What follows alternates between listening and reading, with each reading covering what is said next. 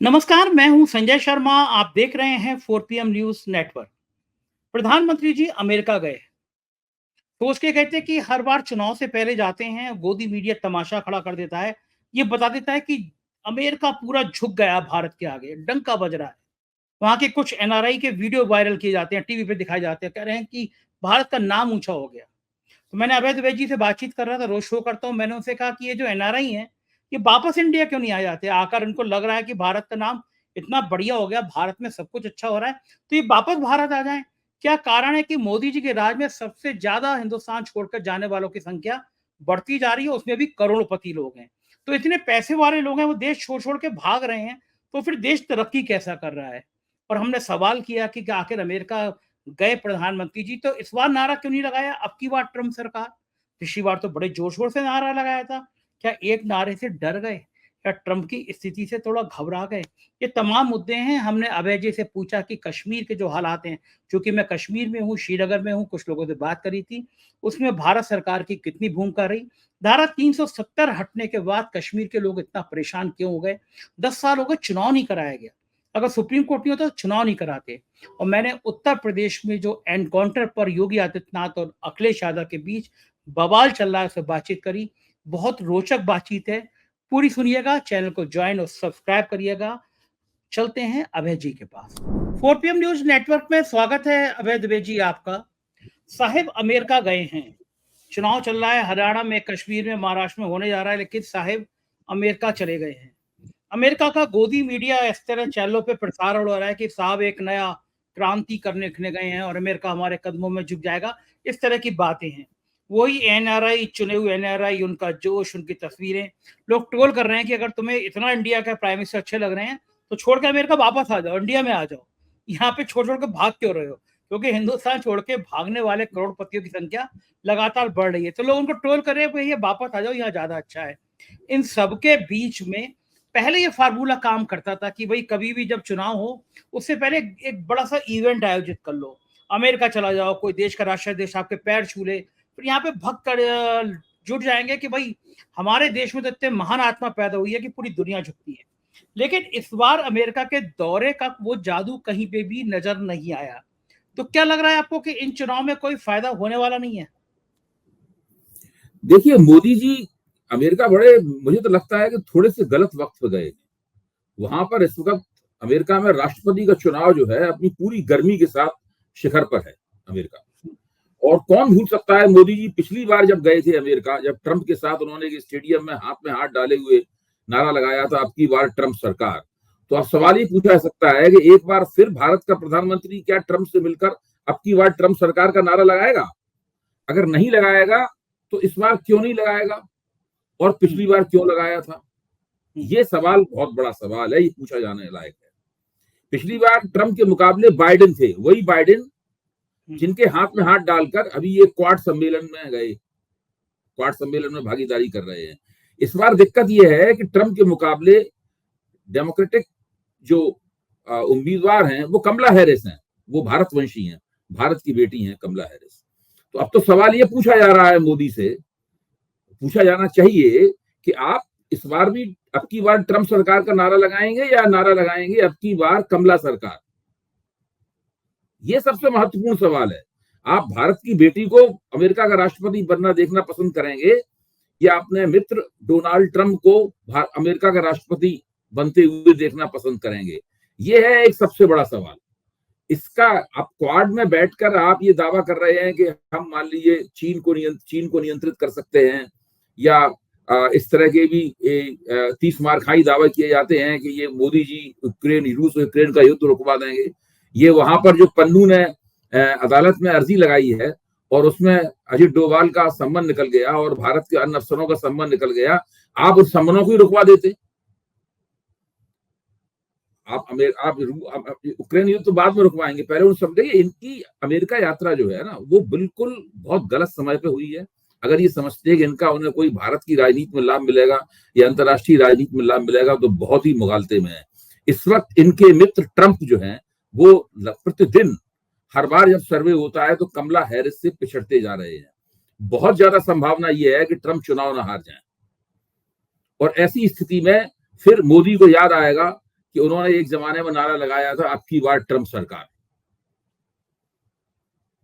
बिल्कुल ठीक कह रहे हैं आप कि अब की बार ट्रंप सरकार के नारे ने बड़ा गूंज मचा दी थी कि हम लोगों ने पूछा जी था जी कि कोई राष्ट्रीय अध्यक्ष आ जाए और वो कह दे कि अब की बार कांग्रेस सरकार, तो आपको कैसा लगेगा?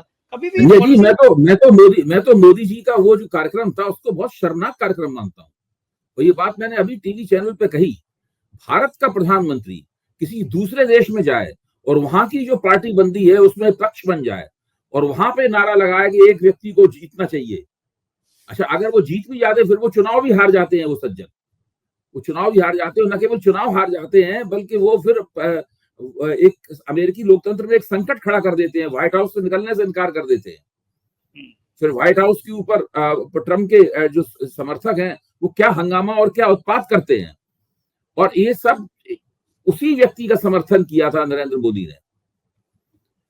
तो क्यों करना चाहिए था नरेंद्र मोदी को? मैं हमेशा सवाल पूछता हूं, मैं पत्रकारों से पूछता हूं, जिस वक्त मोदी ने वहां पे अब की बार ट्रंप सरकार का नारा लगाया था, क्या आपने भारत में उसका विरोध किया था?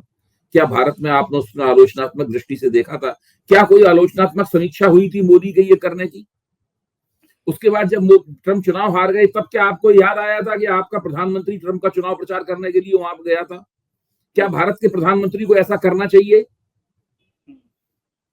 ये इन सवालों का भारत के चुप चुप रहते हैं लोग, मेरी बात का कोई जवाब नहीं देता, इधर उधर की बातें करने लगते हैं। लेकिन वो मजे की बात ये है कि हर बार चुनाव में फायदा हो जाता था। इस बार तो कई रिपोर्ट्स ऐसी आई थी कि पहली बार रॉ का ऑफिस से बंद कर दिया गया अमेरिका ने। जब ये मामला सामने आया कि एक भारतवंशी का नाम आया वहां पे किसी मर्डर की प्लानिंग में, तो कुछ बहुत गंभीर आरोप लगे भारत पे और फिर उसके बाद रॉ का ऑफिस बंद कर दिया गया। ये कभी नहीं हुआ, आज तक आजादी के बाद से कभी नहीं हुआ। संजय जी, कई संधू ने जो कि सिख आतंकवाद का समर्थक है और उसकी जितनी निंदा की जाए उतने कम है। भारत में उसको कोई समर्थन नहीं है, अकेला वहां चूहे की तरह अमेरिका और कनाडा में पड़ा हुआ है, वहां से भारत विरोधी प्रचार चलाता रहता है। एक ऐसे व्यक्ति को भारत के सुरक्षा प्रतिष्ठान ने अपनी अक्षमता और अपनी नाकाबिलियत के कारण एक तरह का हथियार दे दिया प्रचार करने का। उस व्यक्ति ने एक सिविल सूट वहां पर दायर किया। उस सिविल सूट में न केवल उसने भारत के सुरक्षा सलाहकार अजित डोभाल को अभियुक्त बनाया, बल्कि ये तक लिखा कि वो नरेंद्र मोदी को भी अपना अभियुक्त, अपनी हत्या में साजिश का अध्यक्ष बना सकता था। क्योंकि नरेंद्र मोदी भारत के प्रधानमंत्री हैं, इसलिए उनको इम्यूनिटी हासिल है, इसलिए वो उनको तब अभियुक्त बनाएगा जब उनको इम्यूनिटी नहीं रहेगी। आप सोचिए, इस तरह की बात वो आदमी लिखता है। और पहली बार भारत के इतिहास में भारत की सुरक्षा एजेंसियों पर अंतर्राष्ट्रीय स्तर पर यह आरोप लग रहा है कि वो अपने विरोधियों की विदेशों में हत्या करने की साजिश कर रहे हैं। आरोप मैं मानता हूं गलत ही होगा, मैं ये मान के चलता हूं कि आरोप गलत ही होगा, लेकिन ऐसा आरोप लगने की नौबत क्यों आई? ये एक बहुत बड़ा सवाल है भाई, ये एक बहुत बड़ा सवाल है। और ये किसी किसी किसी शत्रु राष्ट्र ने आरोप नहीं लगाया है। ना अमेरिका भारत का शत्रु राष्ट्र है, ना कनाडा भारत का शत्रु राष्ट्र है। कनाडा से हो सकता है कोई तनातनी के तुरंत संबंध रहे हो, लेकिन अमेरिका से तो वो भी बात नहीं है। तो ये जो स्थिति है, ये भारत में सुरक्षा प्रतिष्ठान की साख इस मामले में बहुत इसका क्षय हुआ। लेकिन आप ये नहीं मानेंगे अभय जी कि इसके दोषी हम सब लोग खुद हैं, क्योंकि अगर पाकिस्तान में कोई आतंकवादी मारा गया, कोई एक वांटेड मारा गया, तो यहाँ भक्त खुश हो गए और भक्तों ने लिखना शुरू कर दिया कि देखो भारत सरकार ने घुस के पाकिस्तान में ऑपरेशन शुरू कर दिया। अगर भक्तों की टोरी लिखते तो भी सही थी, लेकिन उस भक्तों की टोरी को फॉलो करते हैं प्रधानमंत्री। तो ये माना गया कि प्रधानमंत्री की तरफ से जिनको फॉलो कर रहे हैं वो लिख रहे हैं कि हमने ऑपरेशन कर दिया। सर्जिकल स्ट्राइक पहले जाने कब से होती रही है, चर्चा थोड़ी ना होती थी। फौज है, रॉ है, इनकी बातें कभी राजनीतिक जब आप भारत में जो अंतरराष्ट्रीय गुप्तचर्या है, जो इंटरनेशनल एस्पियनेज है, जब आप उसका भी राजनीतिक लाभ उठाने की कोशिश करने लगे, आप सोचते चलो इससे ही हमारे वोट बढ़ जाएं। आपको लगातार दिखाना है कि आपका प्रधानमंत्री बहुत बड़ा मर्द है, उसका 56 इंच का सीना है, सारी दुनिया उसके मुकाबले थर-थर कांपती है। वो यहां से हिंदुस्तान से बैठे-बैठे हाथ बढ़ाएगा और पुतिन के गिरेबान को झंझोड़ेगा और ज़ेलेंस्की के गिरेबान को झंझोड़ेगा और दोनों में दोस्ती करा देगा। जब आप इस प्रकार की हास्यास्पद छवियां प्रोजेक्ट करते हैं और उनके जरिए राजनीतिक लाभ उठाना चाहते हैं, तो उनका तो अंततः नुकसान आपको होगा ही। वही नुकसान इस वक्त हो रहा है इनका। देखिए, शेखीखोरी की एक सीमा होनी चाहिए, डींगे मारने की एक सीमा होनी चाहिए, और ये इनके महाभक्तों को भी समझना चाहिए कि ऐसा करके वो भारतीय जनता पार्टी का लाभ नहीं कर रहे हैं, बल्कि भारतीय जनता पार्टी का नुकसान कर रहे हैं। धीरे धीरे करके इस तरह के भक्त जो है उनको लोग गंभीरता से लेना बंद कर देते हैं। ये एक छोटी सी टोली होती है, अति सक्रिय होती है, इनको पार्टी की तरफ से काफी मदद भी की जाती है। अगर इनके ऊपर पुलिस का कोई छापा इनके ऊपर पड़े तो प्रदेश की पुलिस इनके मुकाबले खड़ी हो जाती है, इनको बचाने के लिए खड़ी हो जाती है। ये तक हालतें हैं। अब हालत क्या है हिंदुस्तान में? बांग्लादेश और भारत की टीम में क्रिकेट मैच चल रहा है। मैं से एक भक्त का आपको उदाहरण बताता हूँ। क्रिकेट मैच चल रहा है तो एक ऐसे भक्त जो कि एक्स के ऊपर एक उग्र दक्षिणपंथी हैंडल चलाते हैं, अजीत भारती इनका नाम आप जानते हैं, उन्होंने मोदी सरकार को धिक्कारते हुए डूब मरो भाजपा सरकार एक पोस्ट लिखी है। आप उस पोस्ट को पढ़िए। मैं तो चाहता हूं वो पोस्ट में आपको एक बार पढ़ के सुना दूं और सब लोगों को पता लगेगा कि जब आप जिस तरह का उग्र हिंदूवाद आप विकसित करते हैं, उसी तरह का उग्र हिंदूवाद किसी तरह बाद में आपके गले भी पड़ जाता है। मैं मुश्किल से एक क्षण लूंगा। अभी कहा भी जाता है ना कि शेर की सवारी बड़ी खतरनाक होती है। हाँ, जब तक आप रहते हैं बड़ा मजा आता है, उतरते हो तो शेर खा लेता है। तो यही जो उग्र हिंदुत्व को आप बढ़ावा देते हो, ये बातें बड़ी अच्छी लगती हैं।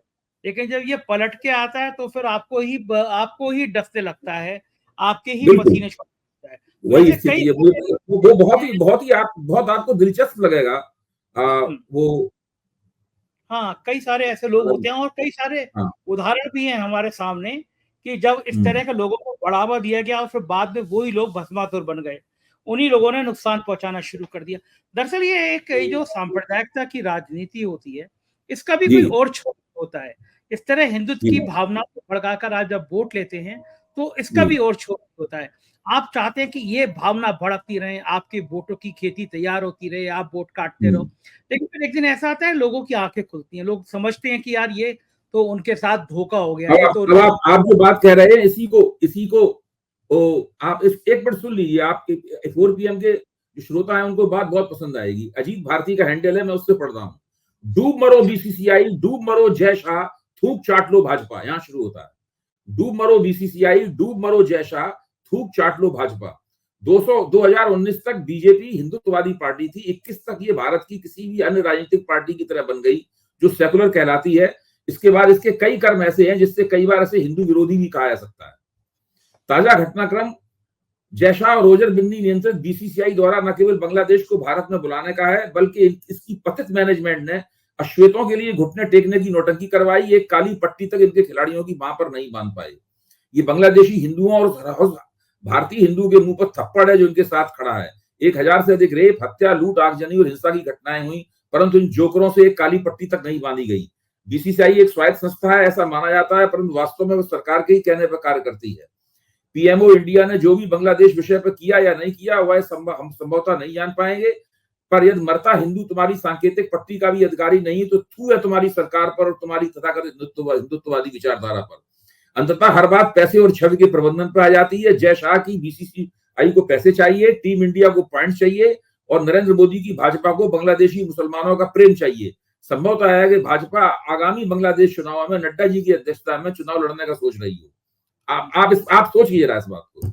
ये वो लोग हैं जो कि पिछले 10 साल से मोदी और भाजपा विरोध वालों को ट्रोल कर रहे हैं, उनके ऊपर जहरीली टिप्पणियां कर रहे हैं।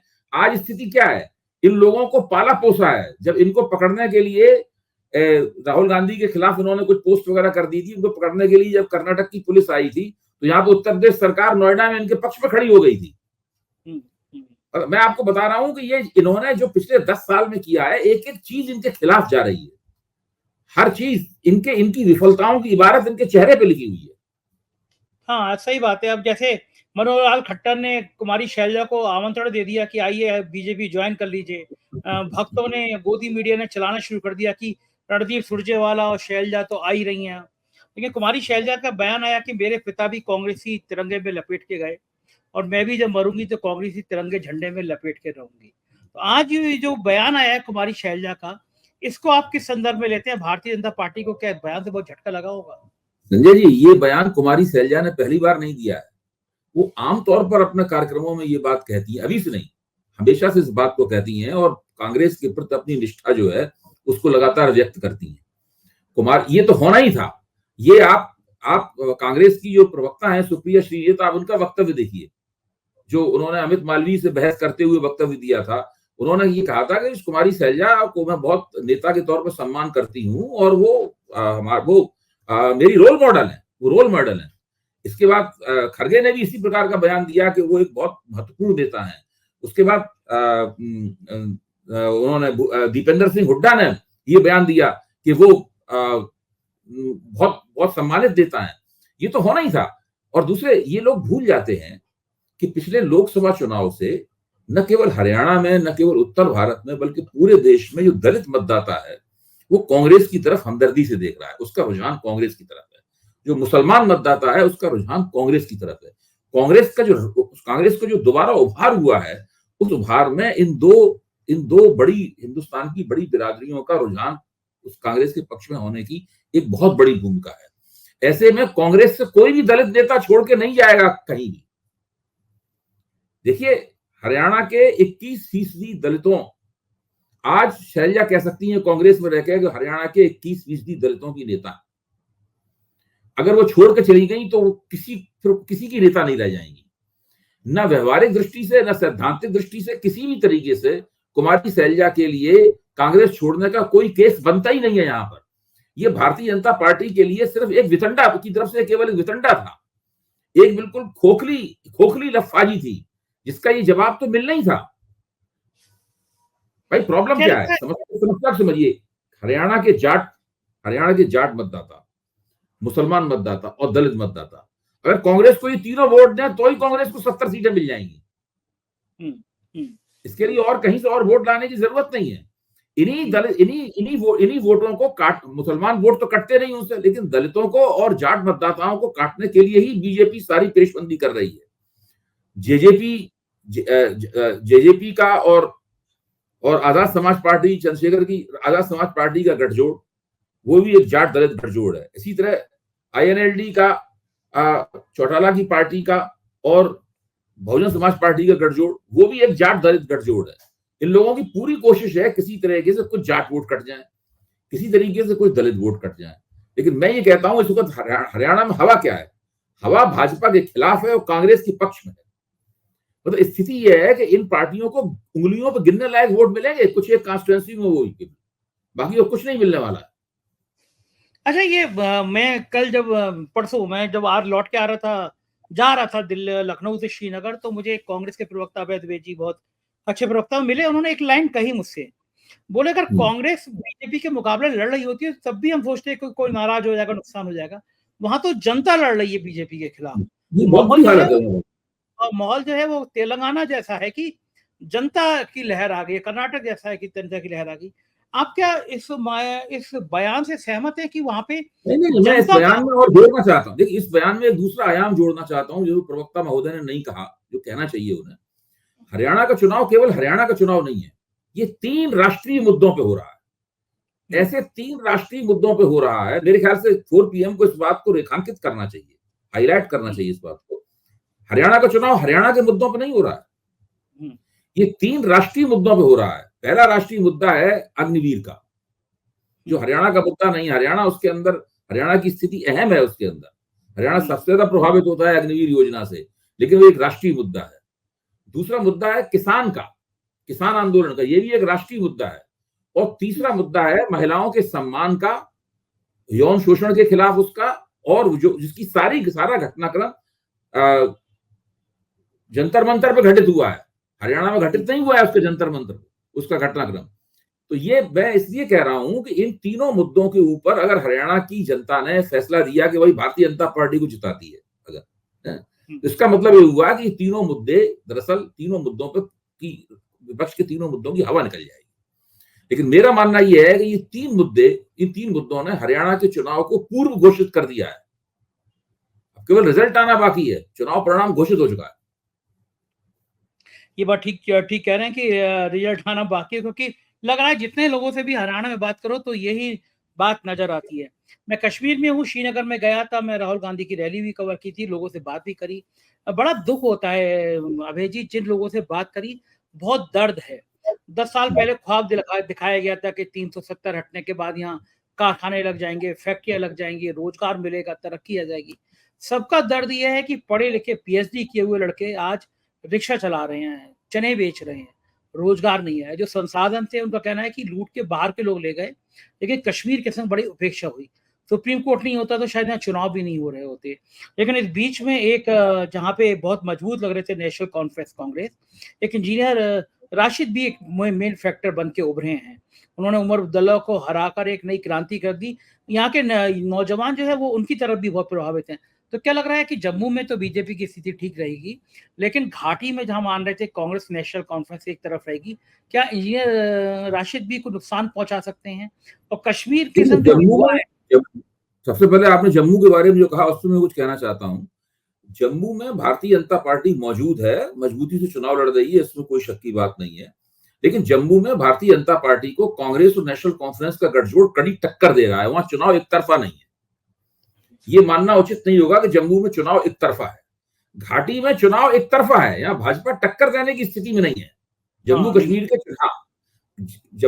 भाजपा को जम्मू में टक्कर झेलनी पड़ रही है और घाटी में उसकी कोई चुनौती नहीं है। वो प्रॉक्सी उम्मीदवारों, फर्जी उम्मीदवारों के जरिए कुछ चुनौती पेश करने की कोशिश कर रही है। इनके बारे में हम लोग चर्चा कर रहे हैं कि वो आप बताइए, जैन चौधरी का उम्मीदवार वहां लड़ रहा है। आप सोचिए, चिराग पासवान का उम्मीदवार वहां लड़ रहा है घाटी में। अब इससे अंदाज लगा लीजिए भारतीय जनता पार्टी की रणनीति किस किस्म की है वहां पर। जहां तक इंजीनियर रशीद का सवाल है, हम सब लोग जानते हैं कि जब इंजीनियर रशीद का कश्मीर की राजनीति में उभार हुआ था तो उनकी छवि ये थी कि ये भारतीय सुरक्षा एजेंसियों द्वारा पेश किया गया चेहरा है। इसलिए उनकी कोई अच्छी साख नहीं थी उनकी इंजीनियर रशीद की। लेकिन पिछले दिनों बहुत लंबे अरसे तक वो जेल में रहे, लगातार उनको जेल में रखा गया। उन्होंने एमपी का चुनाव भी जेल में रह के जीता। तो वो जो उनकी साख थी, वो साख धीरे धीरे करके बहुत कमजोर हो गई है और अब उसको जरूर दोहराया जरूर जाता रहता है उनके खिलाफ प्रचार करने के लिए, लेकिन जनता में नहीं। तो इंजीनियर रशीद का कुछ समर्थन वहां पर है। उन्होंने बारामूला से फारूक अब्दुल्ला को हरा के दिखाया था कि वो जेल में रह के भी इतना बड़ा चुनाव जीत सकते हैं। तो निश्चित रूप से जहां उनका उम्मीदवार मजबूत होगा वहां उनका उम्मीदवार अच्छे वोट प्राप्त करेगा। लेकिन अभी भी मैं ये मानता हूं कि घाटी में चुनाव पूरी तरीके से कांग्रेस और नेशनल कॉन्फ्रेंस का गठजोड़ ले उड़ेगा। किसी एक या दो तीन निर्वाचन क्षेत्रों की बात मैं नहीं कह रहा हूं, वो पूरी तरीके से चुनाव इन लोगों के पक्ष में है। और जम्मू में ये गठजोड़, देखो जम्मू में नेशनल कॉन्फ्रेंस का भी पारंपरिक आधार है और कांग्रेस का भी पारंपरिक आधार है। भाजपा का जबरदस्त बड़ा आधार है, भाजपा वहां फायदे में रहेगी। लेकिन इसका मतलब ये नहीं है कि चुनाव एक तरफा होगा या फिर घाटी में चुनाव पूरी तरीके से एक तरफा होगा। हाँ बिल्कुल ठीक है ना। हम बात करते हैं उत्तर प्रदेश की। उत्तर प्रदेश की राजनीति सब एक तरफ और एनकाउंटर की राजनीति एक तरफ।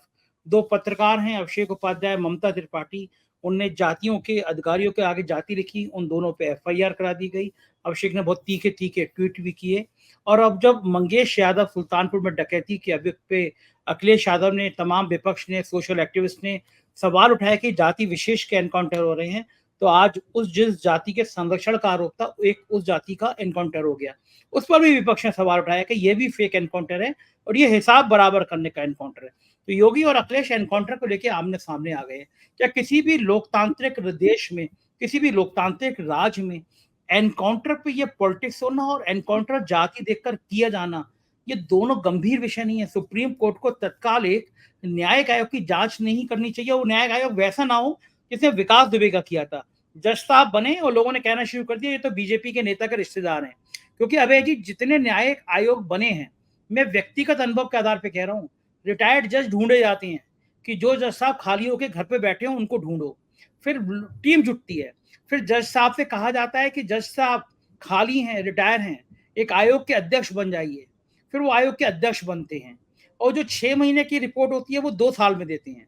2 साल 2.5 साल उस तक बीच तक तनख्वाह लेते हैं, गाड़ी लेते हैं, तमाम सुविधाएं लेते हैं, सुरक्षा लेते हैं। और जितने न्यायिक आयोग बने हैं उसकी 99-100% रिपोर्ट सरकार के पक्ष में आ जाती है। जब एनकाउंटर होता है तो डीएम एसडीएम के अध्यक्षता में कमेटी बना देता है, जांच करेगी। 100 के 100% एनकाउंटर के लिए कह दिया जाता है ये सही है, क्योंकि वो सरकार के होते हैं। तो कम से कम इस तरह इतना गंभीर सवाल हो रहा है एनकाउंटर पे। पिछली बार एनकाउंटर हुआ तो वहां पे बाथरूम स्लीपर पहन के, जिनको हवाई चप्पल भी बोलते हैं देशी भाषा में, वहां खड़े हुए हैं कि मतलब हम पीछा कर रहे थे हवाई चप्पलों में।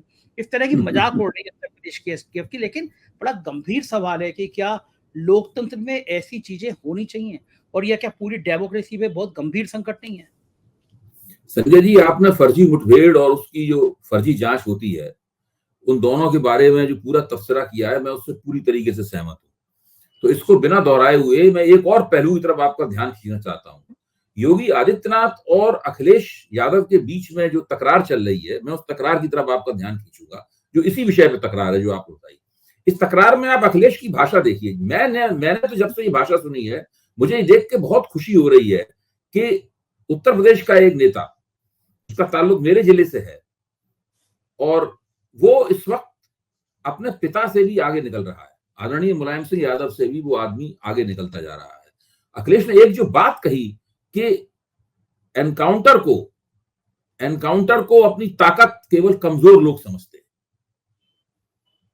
ये एक ऐसा वाक्य है मेरे ख्याल से जो राजनीतिक जिस जिस जिस गंभीरता के साथ में और जिस दूरंदेशी के साथ में अखिलेश ने ये बात कही है, ये उत्तर प्रदेश में जो राजनीतिक बहस है, उस राजनीतिक बहस के इतिहास में ये बात दर्ज हो जाएगी कि एनकाउंटर को जो लोग अपनी ताकत समझते हैं वो दरअसल कमजोर होते हैं। ये सीधा बताता है कि अखिलेश जब मुख्यमंत्री बनेंगे तो वो इस तरह का जो बाहुबली मॉडल है जो योगी आदित्यनाथ ने पेश किया है शासन प्रशासन का और मुख्यमंत्रित्व का, उससे परहेज करेंगे, और इस तरह के मुख्यमंत्री का उत्तर प्रदेश इंतजार कर रहा है।